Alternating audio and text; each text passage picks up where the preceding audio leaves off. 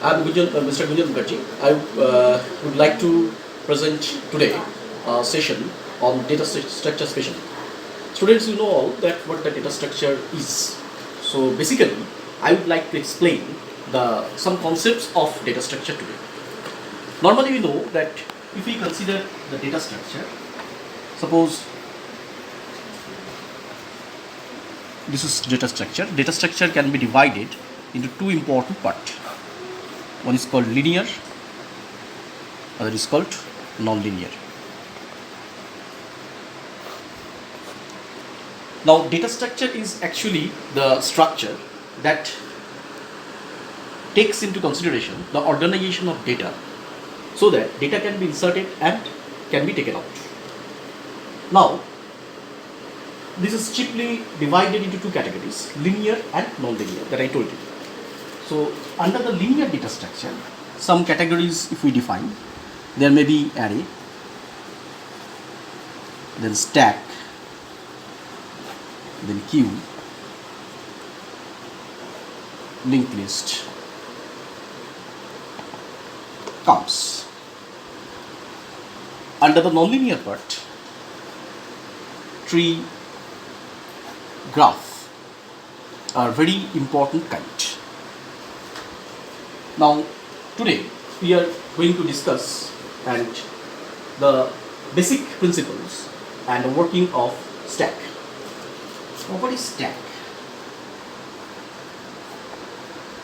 You know that stack is a linear data structure that I have told you as usual. Now, stack is a data structure which works on the principle of LIFO. LIFO means last in, first out.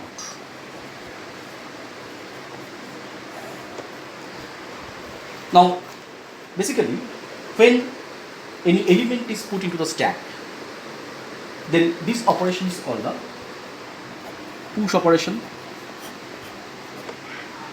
and when element is deleted out of the stack, then this is called pop operation. Let us now take one example to illustrate this fact, the two important functions of stack like push and pop in some representational form. Initially, we have taken the stack like that. Now, another very important thing that you have to keep in mind in this regard, that is called stack pointer. This is denoted as SP. So, what does SP imply? SP implies it simply is nothing but a tracker that tracks the topmost element of the stack. Let us consider the thing in whole. Suppose this is the stack. Initially the stack is empty. Now suppose one element has been inserted. This is I am doing the push operation. So when there is no element in the stack pointer SP is initialized to -1. Or in case of algorithmic view, we can also write that SP may be initialized to 0. Because in terms of the algorithm, the starting index can be taken as 1. So when SP is initialized 0, that means the stack is empty. That means there is no element present inside the stack.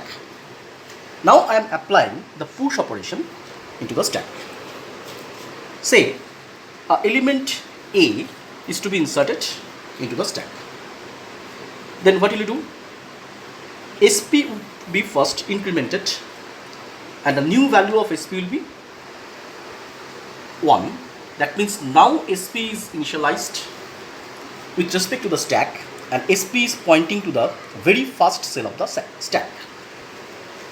And the element A will be inserted into this slot so that A will be occupied, or A will occupy the index position or the position which is being indexed by the stack pointer SP. Next, we are considering another element B, which is to be pushed likewise into the stack. So similarly, the SP pointer is to be implemented once again. The new value of SP becomes 2. That means now the second row, that is second cell of the stack, will be utilized. This is actually called as a stack frame in some way, in some other language form. So therefore this is the stack frame, second stack frame, and a B will be inserted into it. That means B will be now placed at this position. So when you look at this stack now, you will see two elements are present in the stack, A and B. B is the topmost element. SP is 2, that means SP is pointing to the topmost element. Next, if C comes, then C will be inserted. Likewise, SP will be incremented from 2 to new value, that is SP equals to 3. That means another stack frame will be introduced. And a new value, that is the C, will be inserted into this stack frame. So this is actually implying that C has been placed at the index position 3. So this illustrates and gives us an overview of push operation, what you see here. Next, we are going to discuss about the pop operation. Pop means actually deletion of element from the stack.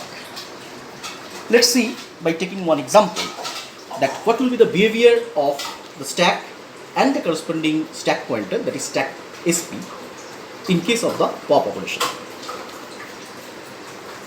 Let us take the stack once again, which is being filled up with some elements like this. And obviously we see the stack pointer points to the topmost element. Starting from 1, the new value, the value of SP will become 4. So now if you want to pop the element, obviously the pop operation takes place from the topmost point. As I have told you, this works on the principle LIFO. So when we are deleting that D out, that means we are deleting D. That means physically though the element is present, but logically we can consider that the element is no more in the stack, and the SP will be decremented, and SP is now pointing to C, and the new value of SP becomes 3.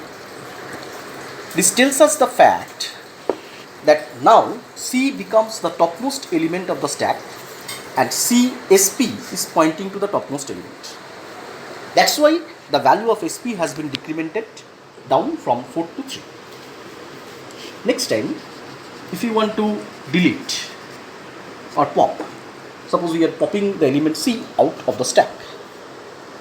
So obviously pointer SP will be decreased once more, and the new value of SP assumed is 2. Because once again I am telling you that the elements are present here physically though, but logically we consider the stack to be elements A and B only. That means C and D are now has been deleted. So new value of SP has become 2. That means it is the topmost element. So this operation is called the pop operation. Now I have already discussed out the push operation and pop operation in the stack. Now I am going to discuss about two important constraint checking or checking of criteria. These are called overflow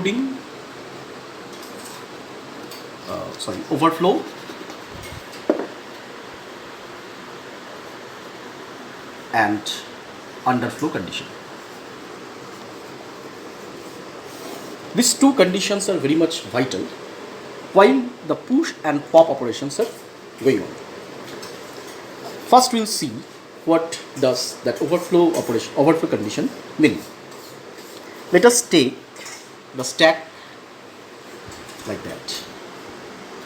Now you know that stack, since it's nothing but a part of memory, so therefore it should have some size, and the size is fixed with respect to the stack, which implies the limitation of the stack.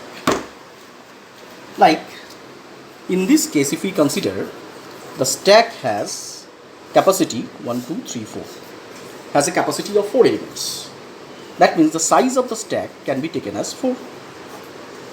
Now, as we go on pushing the elements like this, then it comes to the topmost stack frame, and after that we see there is no more space left. That means stack pointer has reached to the final limit. This thing is called overflow condition. So what you see for overflow condition, stack pointer SP is equal to size. Equal to size. Now what is underflow? When we are popping the elements gradually, ultimately we see the stack becomes blank. That means you go on popping 6 first, then 5, then 2, then 1. Then stack becomes fully blank. Now SP has a value -1. That means there is no more element present in the stack to be deleted. This thing is called underflow. That means in underflow condition, you have to check and you have to make sure that you have to ensure that the stack is fully empty. This is the important criteria, two important criteria for stack operations, overflow and underflow.